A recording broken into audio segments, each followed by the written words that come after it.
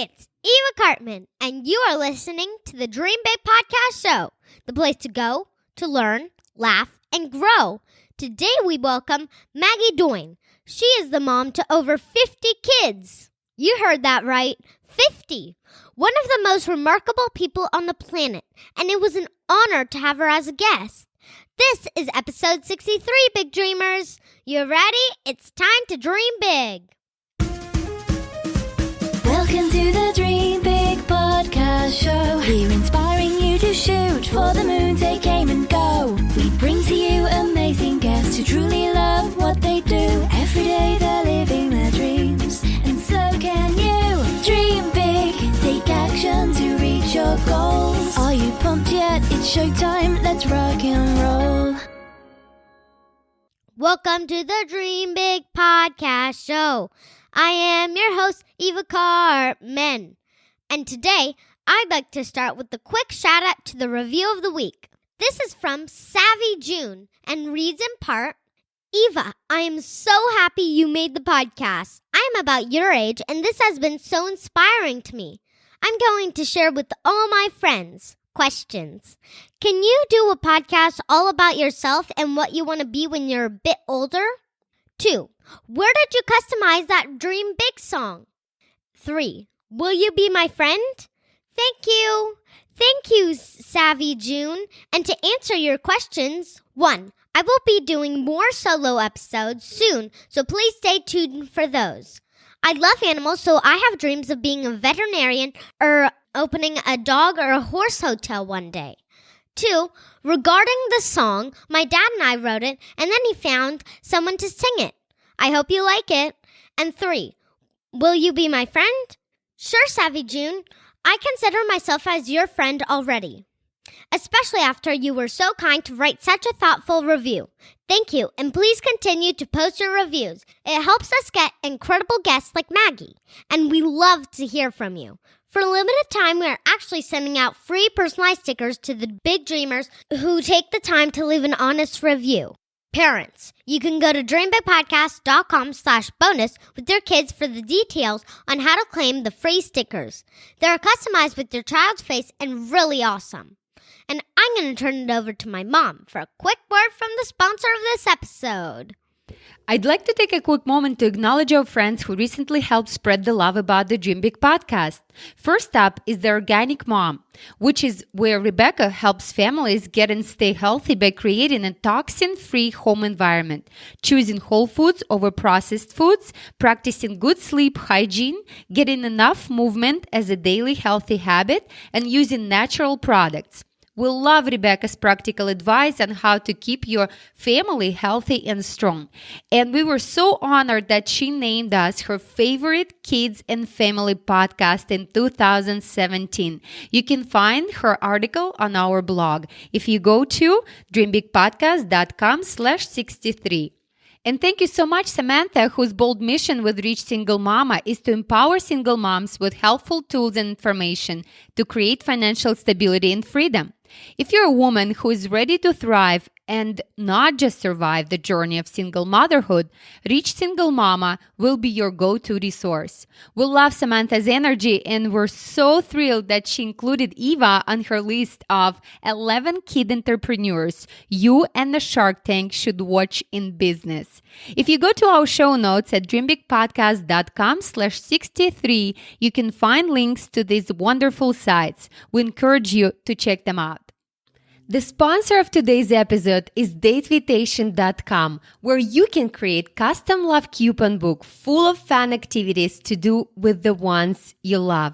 You probably made these love coupons before by hand for your spouse or mom or kids, but now Datevitation makes it super easy.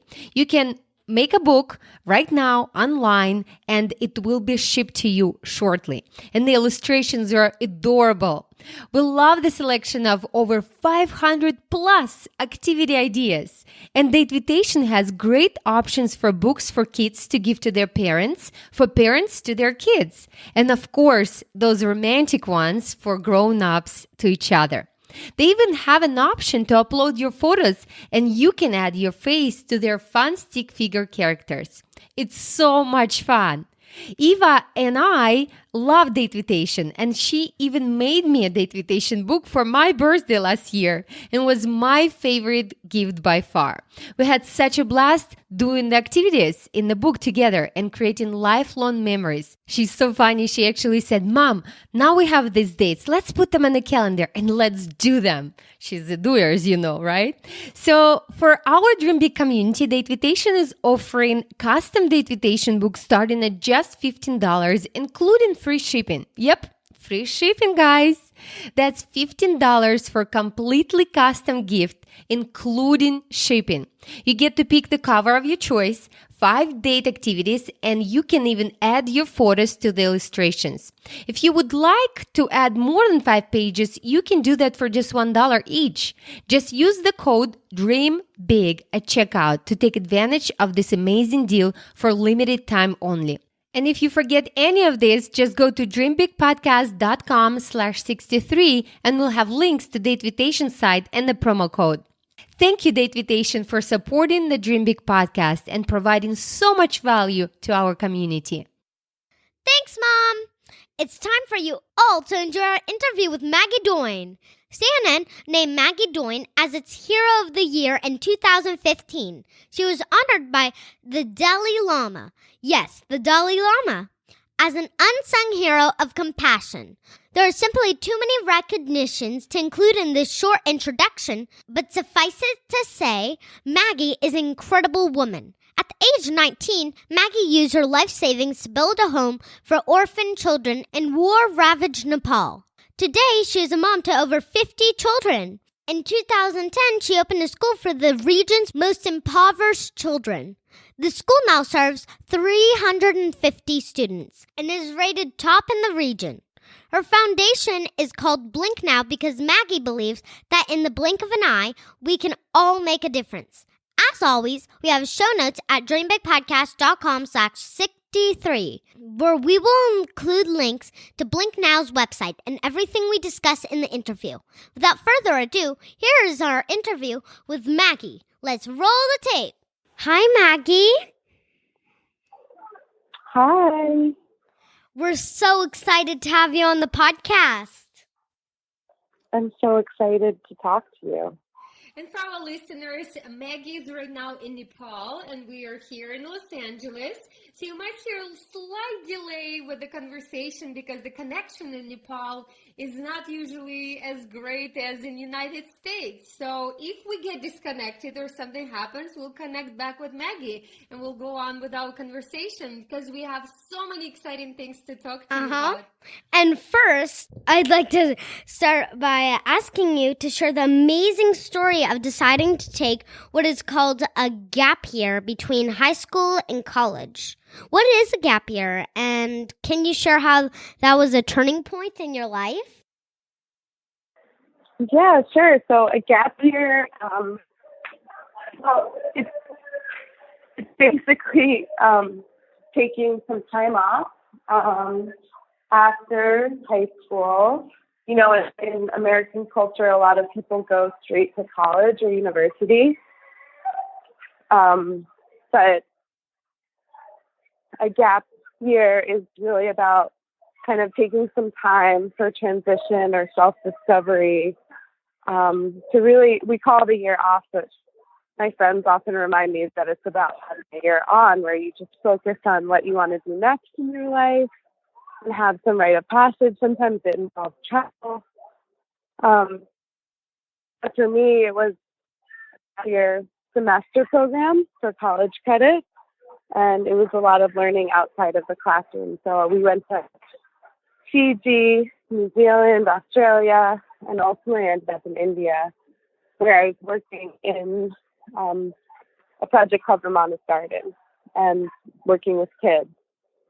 And I started to just really love the work. Yes, and Maggie, we do hear a lot of kids' voices in the background. Can you tell us where you're right now and why you're there? Yeah, so I live in a home with 50 children. It's a children's home, and those are all my kids. It's actually, they're getting breakfast right now. I'm getting ready to go over to school. So I think you hear one of the little ones crying. Yeah, and my parents sometimes joke around about how me and my sister are handfuls, so we can just not imagine what it is like to be the parent of 50 kids. Yeah, it's a lot of work for sure. But we live really communally, and everyone does their part to make the house work. The older kids really help with the younger kids, and everyone helps with meals, and we cook together and eat together. It's not a whole lot different than any regular family. There's just a lot of us. Yeah. Okay, and Many of us. let's back up for our listeners and tell our listeners, Maggie, how did you become a mom for all 50 kids? More than 50 kids now.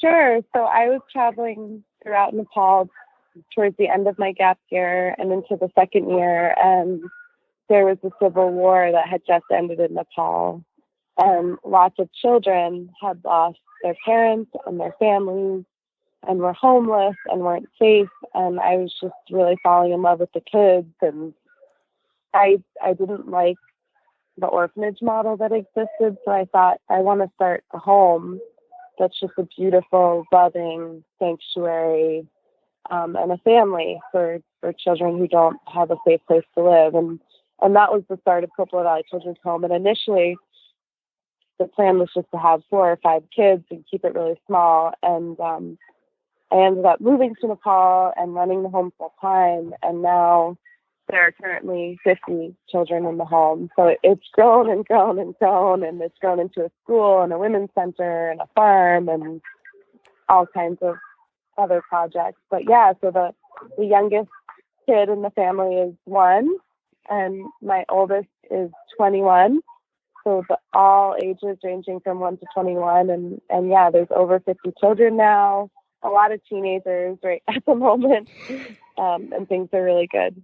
So every time like kids came in, you just couldn't say no to them, even though you were just expecting having just a couple kids inside the orphanage, right? Yeah, exactly. I mean, we sort of capacity started to grow and the needs started to grow, and we get lots and lots, hundreds and thousands of referrals at both the home and the school. So yeah, there are some cases that are really hard to say no to. So Maggie, can you please tell us, how did you take that idea and turn it into reality? Because there are a lot of obstacles in the way, I'm sure, and this is a new country for you, and you had no idea how to do it. You were 18 at the time. So how did you start moving forward on what you had envisioned? Yeah, it was a lot of hard work. And like you said, it was a different country, so I had to really learn the language and really immerse myself in the culture. And initially I was working back in the States to try to babysit and raise money for building the initial structure in the home. And it was really, really difficult. But slowly, I started to learn to tell my story and share my story. And I realized there were a lot of people, my friends and family, who wanted to help. And then the story was shared in magazines and in the newspaper, and lots of other people came together to help me. I think that really became the key, was knowing that I needed support and I needed help. And that eventually led to starting the Blink Now Foundation, which directly supports the children here in Nepal. But it's definitely supportive of that idea. Like, even though you were going away right after school, were they supportive?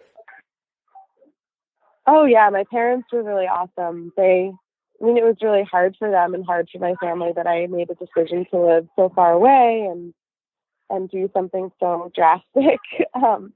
But over the years, they've come and they're grandparents to the kids, and my family's become really close with the children. And likewise, my children have been to the States and love my family there too. And you can see how important it is for parents to support their kids' big dreams, even if it means that it can take your kids away from you. They still want to support their kids and help them as they go on, but also let them use their big dreams. Exactly, Eva. Exactly. What are the toughest and most rewarding parts of parenting all these children? Oh, there's so many rewarding things, like, waking up to the sounds of them playing marbles and flying their kites and reading outside my window and just putting them to bed when they say, "I love you, Mom," and watching them succeed and thrive and grow up and turn into these little kids to amazing, inspiring young adults and teenagers.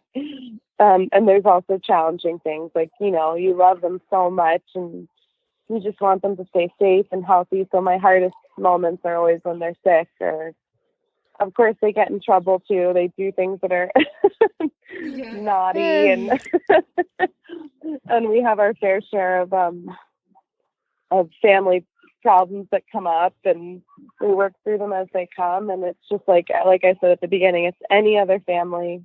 The same things that happen, and you just learn and grow from them. Do you have other adults helping you in the house there?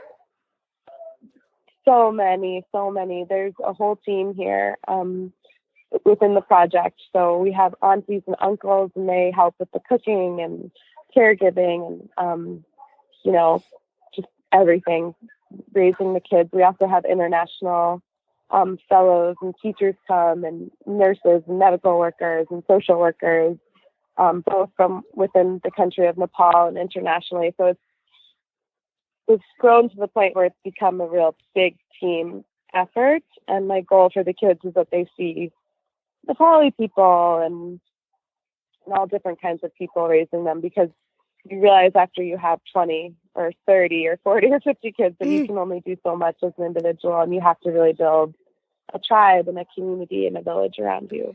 Yeah, and now that if you actually think about it, that must be a lot of things to cook. If you have 50 kids, my mom, it takes a long time just to make a meal for 2 kids, with the kids always bugging you. I'm hungry. Is it ready yet? And And we want probably actually eat what Maggie and the team put on the table, Eva. They actually don't think they're at the restaurant, and they're also right? You think that's the case? Yeah, and Sophie also does that too. My baby sister. Baby sister is so naughty. So we watched many of the videos that have been made about your organization. And it is truly a miracle, the work you and Blink Now are doing to change these kids' lives. How did you come up with the name of your organization, Blink Now? So Blink Now means that we can change the world in the blink of an eye, all of us together, and just taking those really small actions that can lead into bigger actions. And for me, I made that decision when I saw children and how they were suffering, and I didn't think it was fair, and I wanted to change it. And my whole life changed direction. I thought as a young woman in New Jersey, I was going to go to college and get a job in New York City or Washington, D.C. I had no idea of the path that lay ahead. And so it's kind of like a call to action about us all really waking up and realizing that our priority needs to be our world's children. We can't change the world unless we take care of our most beautiful, small, innocent people and humans on the planet, and they need a lot of help right now. So I think that's the original cause of the name. It's really young when I came up with it, and here on the ground we say Kopila, which means a little bud. So we call ourselves, just the children, the little Kopilas in Kopila Valley Children's Home. So it's great. It's a really empowering thing to call the children, and the kids love being the Kopilas and the Blink Now Foundation. It's good. Yeah, it's important to always listen to your heart and choose the direction, not that your mind is going, but that your heart is going. And it's like you just said, my parents are just always telling me about the power of decision. And when you think about it, like you said, a decision happens in a moment, in the blink of an eye. And I really love the meaning behind the name. And Maggie, Aw, you're thanks, doing Eva. a wonderful job, and we will encourage our listeners to watch videos that you have, and we will include it in our show notes. And definitely, please watch the videos that shows Maggie and the whole team and the whole house and the work that they're doing. And Maggie, if someone would like to participate in the activities and the lives of the children that you have, how can they do so? Yeah, so you can follow along and support our children and our family at blinknow.org or blinknow on Facebook and social media. And yeah, there's so many ways to get involved, even from far away, with the children and their lives here. Great. We will include everything in our show notes, as we say. And we also have a few more questions that Eva loves to call rapid fire questions. And those are the questions that she asks pretty quickly. And you'll just give us honest and straight answer. Quickly. Okay, sounds good. Okay. Who is your role model and why? Ooh, I would say Malala is one of them. And I just love how she's really showed resilience and strength and the platform that she's built for girls' education in the last 5 years. What's next for you? What's your next dream? Well, right now I'm pregnant with my first biological child. Exciting. Wow. Do you know if it's a girl or boy? I don't, but it's the first time I've ever given birth to a child, so I'm really excited for that, and I'm really excited for my little baby's future brother and sisters, all 50 of them, to meet him or her, whoever this person is inside me. Wow, that's gonna be exciting. Can you imagine to be the 52nd child, or the 51st, or however many. What do you consider? What do you consider is your greatest achievement so far? Definitely my children, all 50 of them.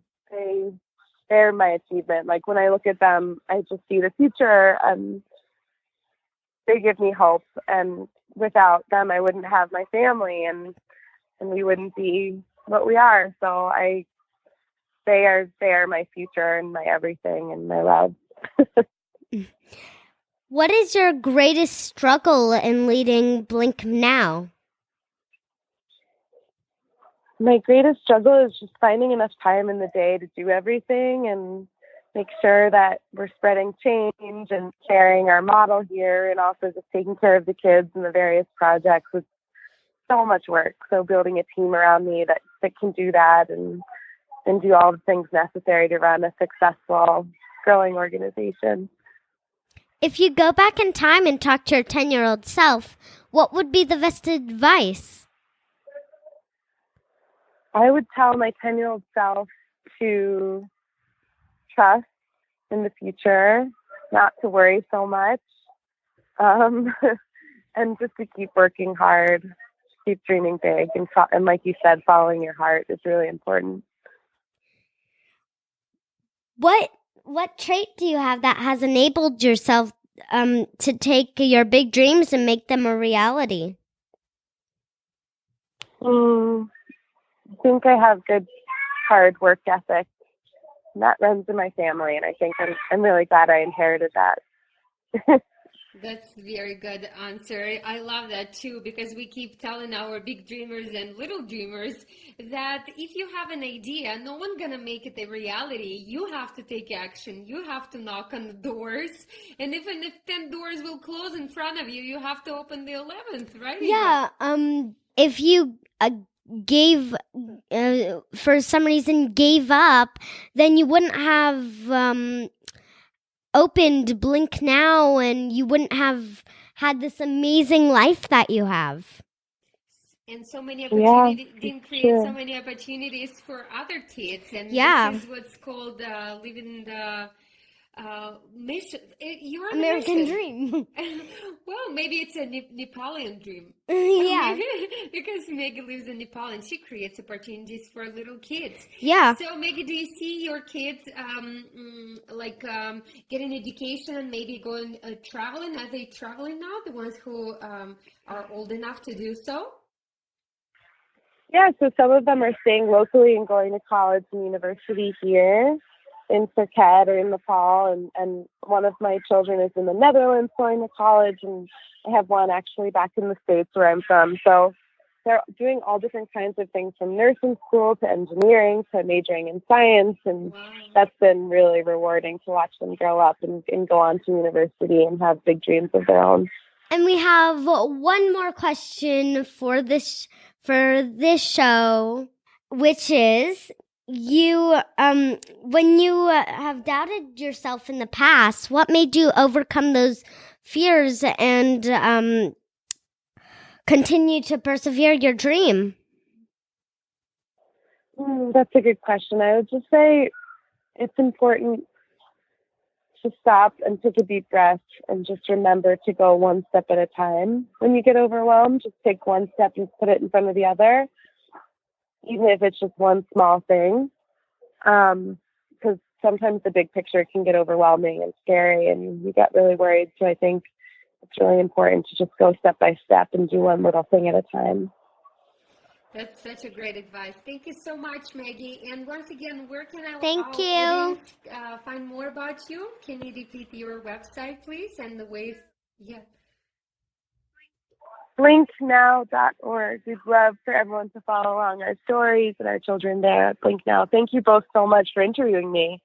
Thank for you the Dream Big joining podcast. us. Thank you. You're such inspiration, and we encourage our big listeners, big dreamers and little dreamers, to definitely check out your website and support. And dream big. And dream big. And as you can see, that sometimes your mind tells you to do one thing, and society tells you to do another thing, and then your heart follows different direction, and it is so important to listen to your heart. And who knows, you may end up with nothing you ever expected or didn't think of. But the most important part of it, you will end up always with lots of love in your heart, and you'll know that if you've done it, you just stayed on the path, and many, many more ways will open up, and many opportunities. Definitely.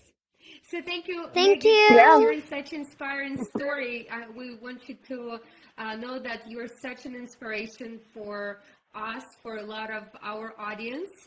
For sure, you'll become one. They will listen to this interview. Thank you. And hopefully they will Thank make their you. dreams a reality.